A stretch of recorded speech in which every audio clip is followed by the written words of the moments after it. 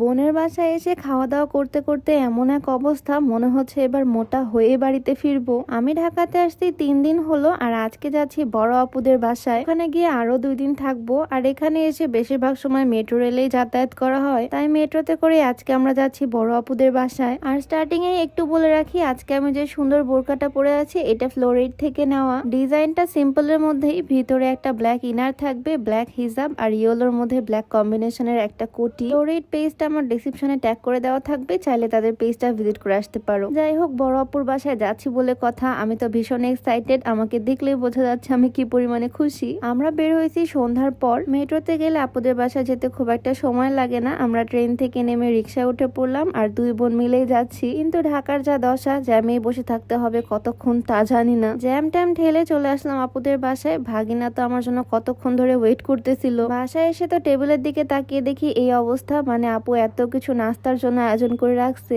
আমি তো ভাবতেছি এত কিছু এখন খেলে ডিনারে খাবো কি। ফল, স্ন্যাক্স, ড্রিঙ্কস সবকিছু রেডি করে রাখছে আপু একদম। আমরা তো আগে আগে চলে আসছিলাম, আর সে আসতে লেটে। সে বাসার জন্য মিষ্টি, ভাগিনার জন্য কোক, চিপস এগুলো নিতেই গেছিল। জ্যামে আমাদের লেট হবে জন্য আমরা তো তাড়াতাড়ি চলে আসছি। আর এদিকে ওকে দেখে ভাগিনা তো এক দৌড়। এত ভারী ব্যাগও কোনোভাবে নিতে পারবে না, তারপরও টেনে টেনে নেওয়ার চেষ্টা করতেছে। ওর জন্য এতক্ষণ আমরা ওয়েট করতেছিলাম, ও আসলে আমরা সবাই মিলে খেতে বসবো। নাস্তাতে আপু কত কিছু করে রাখছে ওর জন্য, আমি তো দেখেই অবাক। সবাই বসে বসে গল্প গুজব করতে করতে সবকিছুই মোটামুটি খাওয়া দাওয়া করলাম। আর রান্নাঘরে এসে দেখি আপু রাতের ডিনারের আয়োজন করতেছে। সবকিছু নাকি রান্না বান্না করা শেষ, এখন পোলাও রান্না করবে আর মাছ